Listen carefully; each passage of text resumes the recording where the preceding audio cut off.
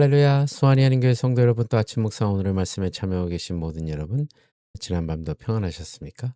복된 금요일 아침입니다. 한 주의 수고 위에 주님이 주시는 기쁨과 감사가 더해지는 귀하고 복된 하루가 되시길 바랍니다. 오늘 주님께서 저희들에게 주시는 본문 말씀은 룻기서 4장 7절에서 12절까지의 말씀입니다. 사명의 신발과 구속의 사랑이라는 제목으로 여러분들과 함께 또 은혜를 나누도록 하겠습니다. 먼저 룻기 4장 7절에서 12절 우리 한 목소리를 함께 봉독한 후에 계속해서 말씀 이어가도록 하겠습니다. 룻기 4장 7절에서 12절 말씀. 옛적 이스라엘 중에는 모든 것을 무르거나 교환하는 일을 확정하기 위하여 사람이 그의 신을 벗어 그의 이웃에게 주더니 이것이 이스라엘 중에 증명하는 전례가 된지라.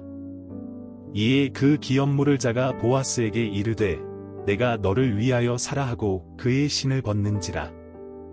보아스가 장로들과 모든 백성에게 이르되 내가 엘리멜렉과 기lum과 말론에게 있던 모든 것을 나오미의 손에서 산 이래 너희가 오늘 증인이 되었고 또 말론의 아내 모압 여인 룻을 사서 나의 아내로 맞이하고 그 죽은 자의 기업을 그의 이름으로 세워 그의 이름이 그의 형제 중과 그곳 성문에서 끊어지지 아니하게 하매 너희가 오늘 증인이 되었느니라 하니 성문에 있는 모든 백성과 장로들이 이르되 우리가 증인이 되나니 여호와께서 내 집에 들어가는 여인으로 이스라엘의 집을 세운 라헬과 레아 두 사람과 같게 하시고 내가 에브랏에서 유력하고 베들레헴에서 유명하게 하시기를 원하며 여호와께서 이 젊은 여자로 말미암아 내게 상속자를 주사 내 집이 다말이 유다에게 낳아준 베레스의 집과 같게 하시기를 원하노라 하니라. 아멘.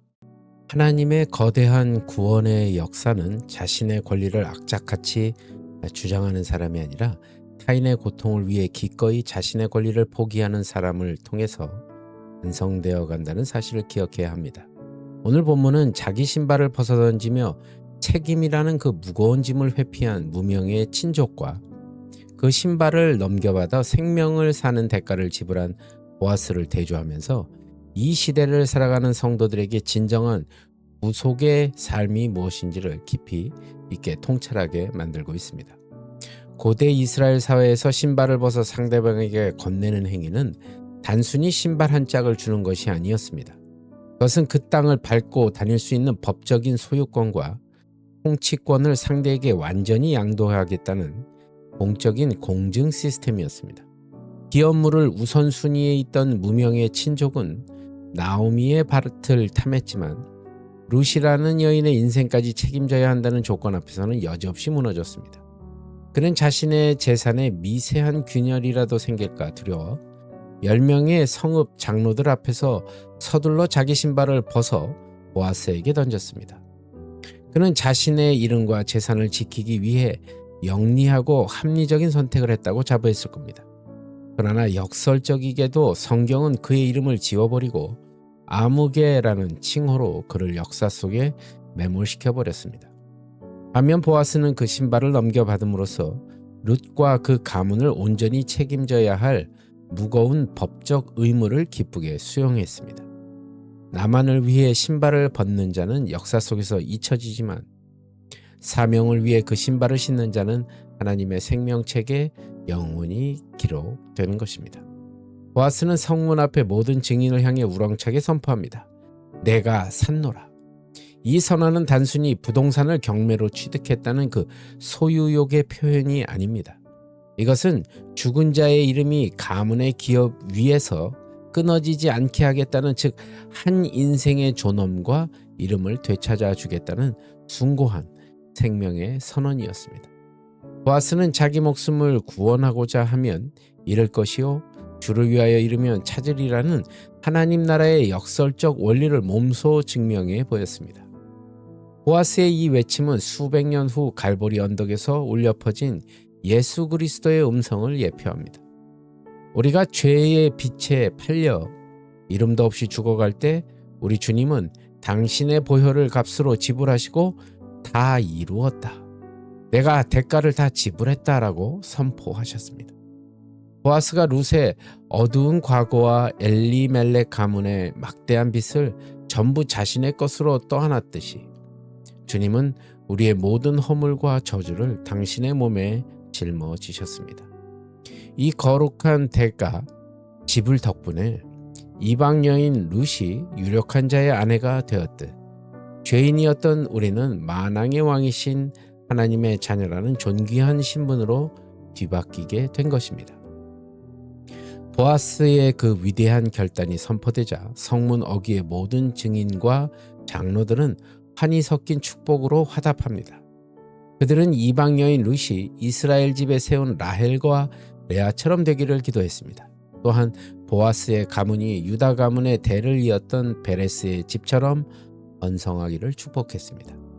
당시 그들은 자신들의 입술에서 나온 이 축복이 얼마나 거대한 미래를 담고 있는지 알지 못했습니다.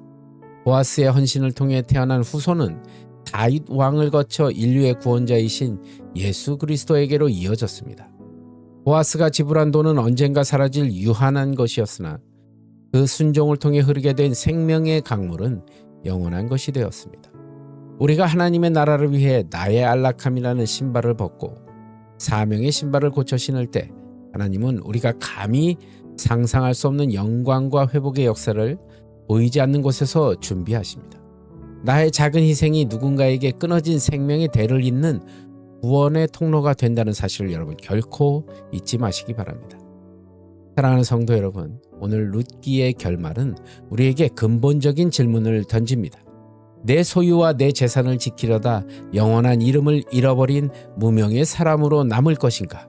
아니면 기꺼이 대가를 지불하고 생명을 살려 하나님의 영광에 동참한 보아스로 살 것인가? 기독교는 우리가 무엇을 열심히 해내는 종교가 아니라는 것을 알려주고 있습니다. 나를 위해 나의 전부를 지불하시고 내가 너를 핏값으로 샀노라 말씀하신 주님의 음성을 듣고 그 은혜에 압도되는 것입니다. 그 은혜를 입은 자답게 이제 우리도 누군가의 끊어진 소망을 이어주는 사명의 신발을 신고 세상 속으로 들어갑시다. 우리가 걷는 그 순종의 발걸음마다 마른 뼈가 살아나고 하나님의 나라가 강력하게 확장될 것입니다. 우리를 구원하신 주님의 이름을 높이며 오늘도 사명의 자리에서 거룩한 대가를 지불하며 살아가는 복된 성도님들이 되시길 우리 주 예수 그리스도의 이름으로 간절히 축복합니다. 기도하시겠습니다. 주님, 오늘도 우리를 구원하여 주신 그 예수의 이름으로 나아가 승리하는 귀하고 복된 하루가 될 수 있도록 인도하여 주시옵소서. 모든 것 주님께 감사드리며 나사렛 예수 그리스도를 받들어 간절히 기도드리옵나이다. 아멘. 예, 여러분 오늘도 주 안에서 승리하시고요. 저는 또 내일 이 시간 말씀으로 여러분들 찾아뵙도록 하겠습니다. 여러분 오늘도 주 안에서 평안하십시오. 샬롬.